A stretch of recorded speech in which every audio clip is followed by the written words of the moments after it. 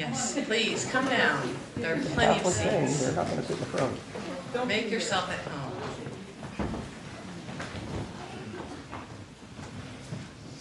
I feel settled to it. Hi, Anna Marie. Welcome, everybody. Glad to have the back come to the front. So the motto really of Sabile is come and see, go and tell. And so this is our chance to share some stories actually from our time there on the ground. Examples of occupation, apartheid, administrative detention, settler colonialism. These are the kinds of stories that we'll share, but we're also going to share stories of samud, the Arabic word that means steadfastness or steadfast perseverance. The other thing we'll talk about is radical hospitality, as well as resistance, not only on Palestinians' parts, but also on the parts of foreign nationals coming into the country and Israeli citizens were also doing works of resistance and accompaniment. So I'm going to turn it over to Mark to share some stories. Well, one of the visits we made was to the office of UNRWA, which stands for United Nations Relief Works Relief Agency for refugees, Palestinian refugees in the Near East. Thank you. An organization which began in the early, around the 1940s, and as I understand it, one of its original missions or projects was the resettlement of Jewish people that were uprooted by the war, and which is kind of ironic because when we were sitting with them, they were talking about how they were kind of describing in detail how their organization was being dismantled, attacked, lied about, and smeared, and they were successful in. They actually passed a law in the Congress in Israel that condemned UNRWA as a terrorist organization in there.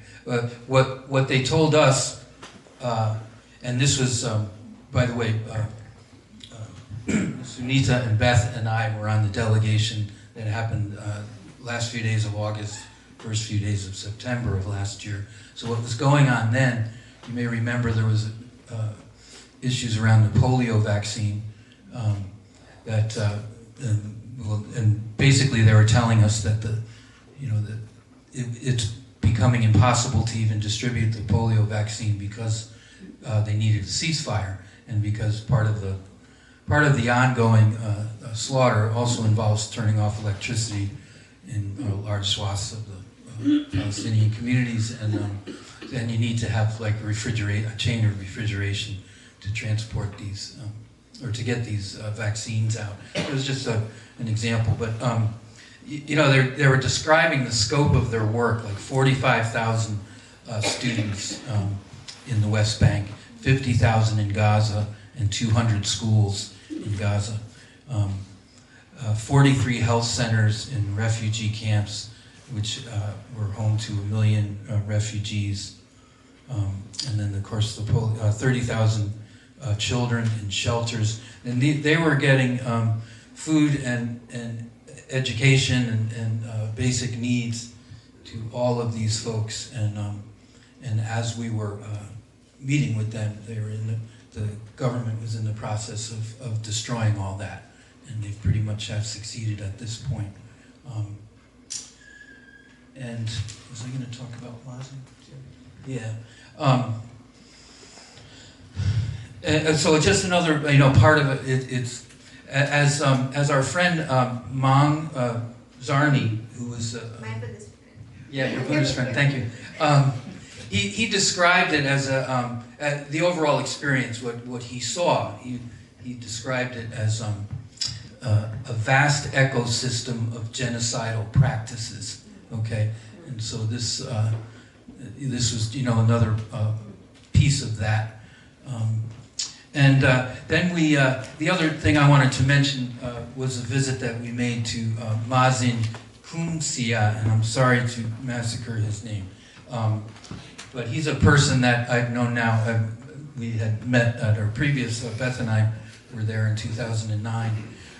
This man, he was born in Palestine, raised in the United States, became a brilliant scientist, just a brilliant man, and even more brilliant activist and a very courageous activist who's been beaten and arrested. And yeah, he has an encyclopedic knowledge of Palestinian history. But what he did was, about 30 years ago, he gave up a very secure, career as a college, university professor, again at Yale and Tennessee and Duke, to go to Palestine with his wife Jessie Chang, and together they're quite a powerful couple of beautiful people, and they started this Center for Palestinian Institute for Biodiversity and Sustainability, along with a Museum of Natural History of Palestine, in order to try to document and preserve the the biodiversity of the area there. Thankfully, this place, we visited the place and spent an afternoon with him. There's lots of students from all over the world come to help out and to volunteer there, and also to learn. The reason you might ask, well, why has this not been bombed out of existence, right? Because it's actually part of, it's on property that is owned by the Vatican, and it's part of Bethlehem University, okay?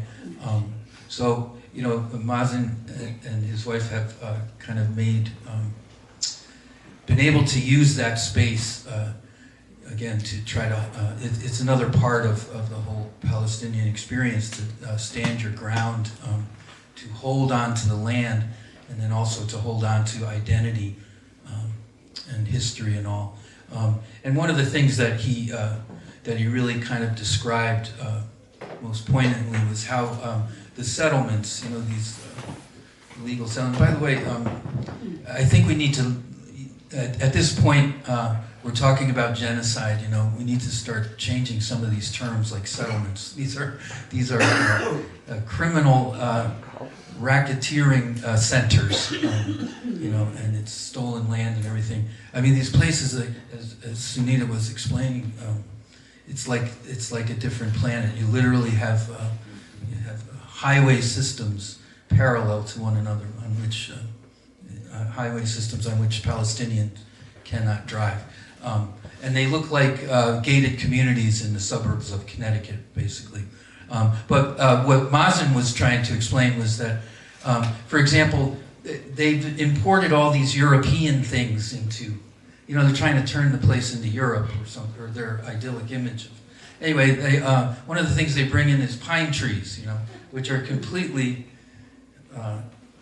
unsustainable in that part of the world. And but Mazen, is kind of documenting and talking about how this environmental destruction, in the name of development, is going on.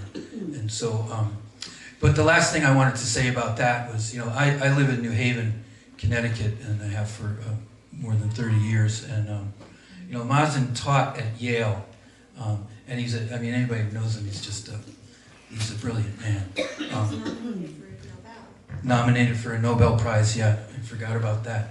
Okay, so about, 2 months ago, Mazen came to the United States, which he often does, to speak, He came to New Haven, and he spoke in the basement of the public library to about 20 people like me, That's the kind of shameful disrespect that this man, he's completely censored, even on in the university environment here. So Mazen is he's working against all odds, and that, you know, he's built up a community there of people that are very committed to this very, very important work. So, yeah, I hope we can get Mazen here sometime. Yeah. Thanks, Mark. So I wanted to just share a couple of stories about some folks that we met on the trip, some Palestinians. The first one happened in the neighborhood of Silwan in Jerusalem, which there are about 40,000 residents living there. And the Israeli Committee Against House Destructions has said that, house demolitions, has talked about the systemic demolition of houses. And it's unique in that it's not just to replace it with Israelis or Jewish folks. They're actually interested in this area as an archaeological park. And we saw evidence of that when we went there. So this means that, that 88 homes housing some 5,000 residents have been slated for demolition to make way for this archaeological park. And additionally, Israeli organizations invest considerable sums of money in order to move Israeli citizens to replace the Palestinian residents that are there. So these Palestinians are faced with imminent eviction and loss of their homes, of course. And to add insult to injury, they actually suggest that Palestinians demolish their own homes.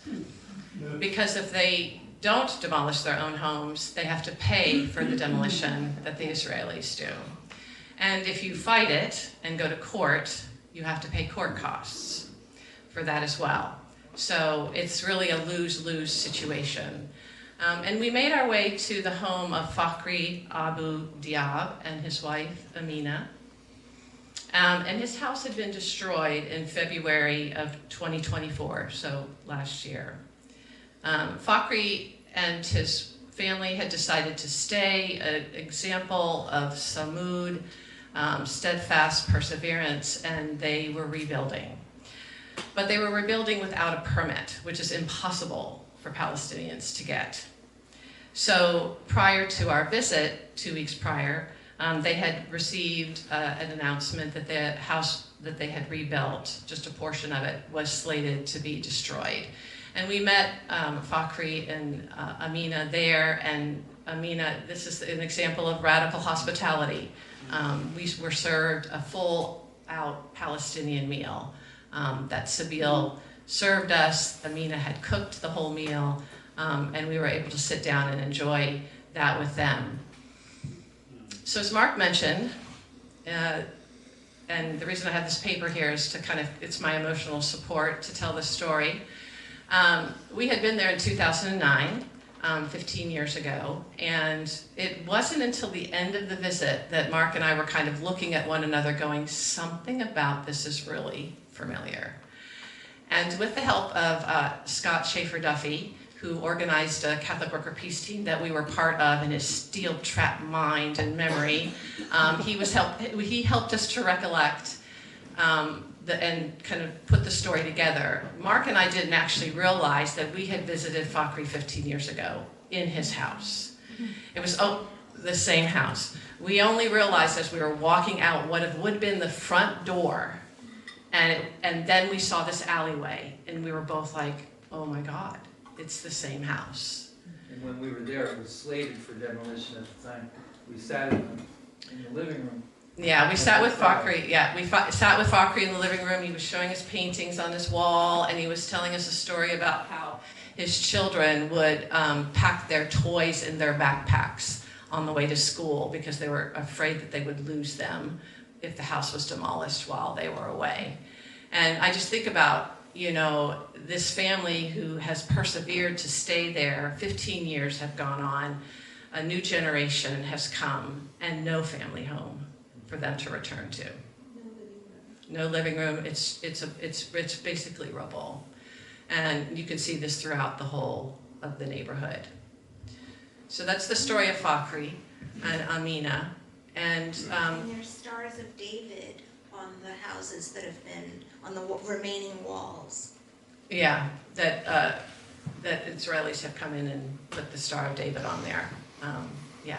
Yeah, another form of terrorism, really. The second story I wanted to tell is about a young woman named Layan Nasser. You're going to actually hear about Layan a couple of times. We actually met with her. We didn't meet with her, I'm sorry. We met with her mom and her godmother, right? Her aunt? Godmother. Yeah, godmother. Oh, Yeah, her godmother.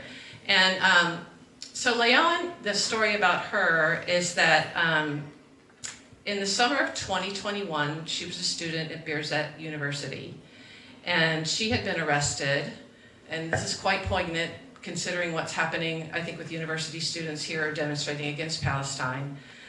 20 students were arrested by the IOF, and reportedly for their nonviolent educational and organizing efforts. And she was an undergraduate student there. She, along with these 20 others, were interrogated, mistreated, and held without trial in an Israeli military prison for several months. Due to a lot of public pressure, actions by her lawyer, she was able to post bail, and she was released in the fall of 2021. She went back home to live with her parents. She graduated with a degree in a bachelor's science degree in nutrition, and she got a job with a Palestinian non-governmental organization, NGO, near Ramallah. And she thought she had put the trauma of the past behind her. However, she was arrested again in April 2024, and for no apparent reason. IOF invaded the house, took her away, and she was being held in what's called administrative detention, or basically being held without charge in a prison in Haifa. So you could imagine this meeting with her mother and her godmother was quite somber and very, very emotional as they shared this story about their goddaughter and daughter being held in a prison, and they had had no contact with her for 4 months. The lawyer that she had only had contact with her on several occasions. And they had just received news that she was going to be held for 4 months longer. It was one of the times, I think, in which we all felt really moved by the Spirit, and we just surrounded them and enveloped them in a moment of prayer for Layan's safety and for the strength and courage of the family. So at the time we were visiting, Layan was one of 3,400 Palestinian prisoners being held in administrative detention. Now, administrative detention is actually something that's used kind of all over the world. People are held, without charges and without a trial. And according to Military Court Watch, which is an organization in Palestine that monitors actually the treatment of children in Israeli military detentions, of which there are currently 300 of those. And administrative detention is a procedure obviously outside the judicial process, and someone can be held without having committed an offense. Those that are held can't challenge their charges, not even their lawyer can see what their charges are. And it is something that's typically used by the Israeli military as a way to curb political activity, particularly on universities. So there's going to be more that you could hear about Layan, and I'm going to turn it over to Sunita to share a couple of other stories, including about Layan. Thank you. So after we came back, in the last few months, Layan was released, and she is with her family. So that's one of the few sort of good news stories that we've heard.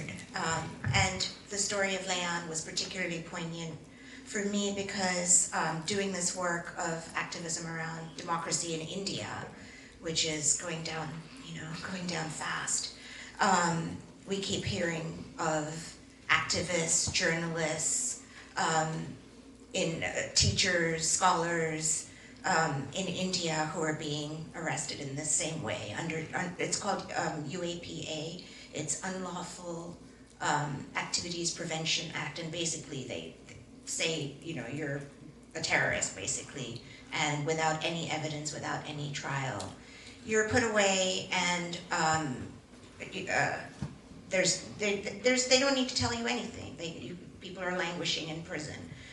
One person died, one very notable person who was arrested in this way died. His name was Father Stan Swami. He was a Jesuit father. He was 84, I think. He had Parkinson's, he got COVID in prison, and he had devoted his life to fighting caste and being with the poorest of the poor of the country and tribal communities in India. And he died in custody. So all of this is very, very hard to think of. But I guess in my comments, I want to bring us back to Sabil, the organization that was organizing our everyday. And I think that when my family said it was, gave me their blessing to go, it was because of Gaza. At exactly the time that we landed in the West Bank, they started bombarding the West Bank. And I think if that had been happening, I would have had a very hard time going on this trip. So every day Sabil Omar especially would organize our day based on where it wasn't safe to go. And we learned on these bus rides about the philosophy of Sabil. Edward Said, by the way, was a member of Sabil. Very beautiful organization. And you think about liberation theology. And by the way, when everybody was making their announcements, tomorrow morning at noon, actually, if you go to hindusforhumanrights.org, we have a webinar. We have a beautiful webinar, and it's a betak, which is a traditional. It means sitting. It's where people sat and dialogued and got just deeper into issues. And so it's a virtual betak, and it's the first one that we're doing where we want to figure out. We say we're against caste. Well, what does that actually look like? So these betaks are opportunities for us to get deeper into what is Hindu liberation theology. So I want to ground us in that question of radical hospitality, liberation theology. Where do those kinds of concepts take us? And in each of the stories that I'll tell and whatever I will share, I think Dorothy Day, her heart had no limit. And that's what we should aspire to. And somehow in our activist spaces, we put ourselves in sort of constrained limitations, identities, whatever it is. And I want to push us to kind of open up to our hearts, to Mazin, to Omar. Omar said, there are two kinds of people on one of the bus rides. There are two kinds of people in the world. The kind that fall in line behind a principle, a value, an idea, a concept, or the kind of people that fall in line behind an ideology or an identity. And he didn't say more, but you know what he preferred. So that I want to ground us in sort of a braver place that's expansive and liberated as we think about Tanya. Tanya is the godmother of Leanne, and the most remarkable moment of that visit was when she stood up, and I don't know if we'll get a chance to show it, but she spoke, and I'm going to read her words. And then she's a trained opera singer, and she sang, and this little woman belted out this beautiful song, and it was a song about a bird, freedom of a bird. It was beautiful. But I want to, I have them here, her words that she said to us. Tanya took her breath away with these prophetic words. We fear the worst. The Israeli mind is plotting our end. I wonder what they are thinking, the settlers who watch me as I water my plants. The land is our mother. The connection is almost physical. Our olive trees are being butchered, our homes bombed. Their dream is a nightmare for us. but it must also be a nightmare for them. Why should Leon be in prison? This isn't just a political issue, it's an existential issue for them as well as us. And then turning to us, people like you, trying to feel, trying to help. Our only hope is your anger. I pray your anger reaches your governments. The world is finding itself through Palestine. In fact, I see this war as a gift we are giving the world to wake up their conscience, your conscience. She said this. So,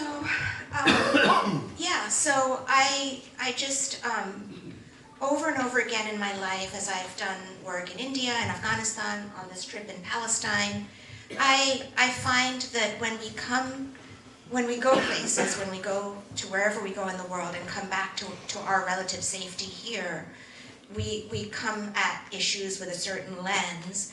And then when people who live, like the 40 million people that couldn't be evacuated out of Afghanistan, let's ask them what they think the future of Afghanistan should be. In terms of Palestine, what we experienced over and over again, there's no exception actually, from the people who live there, who gave us radical hospitality. It's Tanya's vision. They want the world to come and see, go and tell. It's not, and everybody is welcome. And the people that we met want us to connect their issues to our issues because it's our liberation that's bound up with theirs. That is the way that we were greeted in Palestine. And I just want to challenge us as people who live in the West, including diaspora populations from India, from Afghanistan, from Palestine, who somehow approach these same issues with a different approach, which is more constrained, more limited, less expansive, and to me, I'll say, wrong-headed. So that's sort of where I'm coming from. I was also tasked to talk about two other places, super quick. We went, a few of us, not everybody went, we went to the Al-Aqsa Mosque. And going around this ancient mosque of such importance to Muslims all over the world, two things I'll say about it. One, there is a far-right Zionist movement to destroy that mosque. And Ben Gvir, for example, is one of the leaders of that movement, and he already has, it's crazy, he has already brought in from America 5 Texan heifers that are going to be sacrificed for the ritual for, creating the synagogue that will replace the mosque that is the Al-Aqsa Mosque. I mean, it's crazy. So there's a whole movement around destroying this mosque and building a temple. And as I went around with our brothers and sisters from the delegation, what was really at the forefront is that this could happen.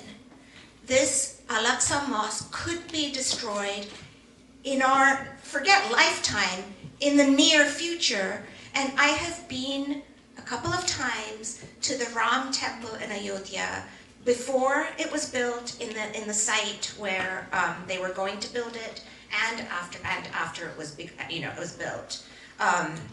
This mosque in Ayodhya, India, this temple, in Ayodhya, India, was built in recent years on a site where in 1992, Hindu nationalist mobs literally tore to rubble a medieval mosque called the Babri Masjid. People of my faith, ordinary people with pickaxes and bare hands, brought down to rubble a medieval mosque more than 500 years old. And as I walked around with my colleagues, Al-Aqsa Mosque, all I could think of was that this is an endangered space. And I just felt that, I was walking through now, but this may not exist.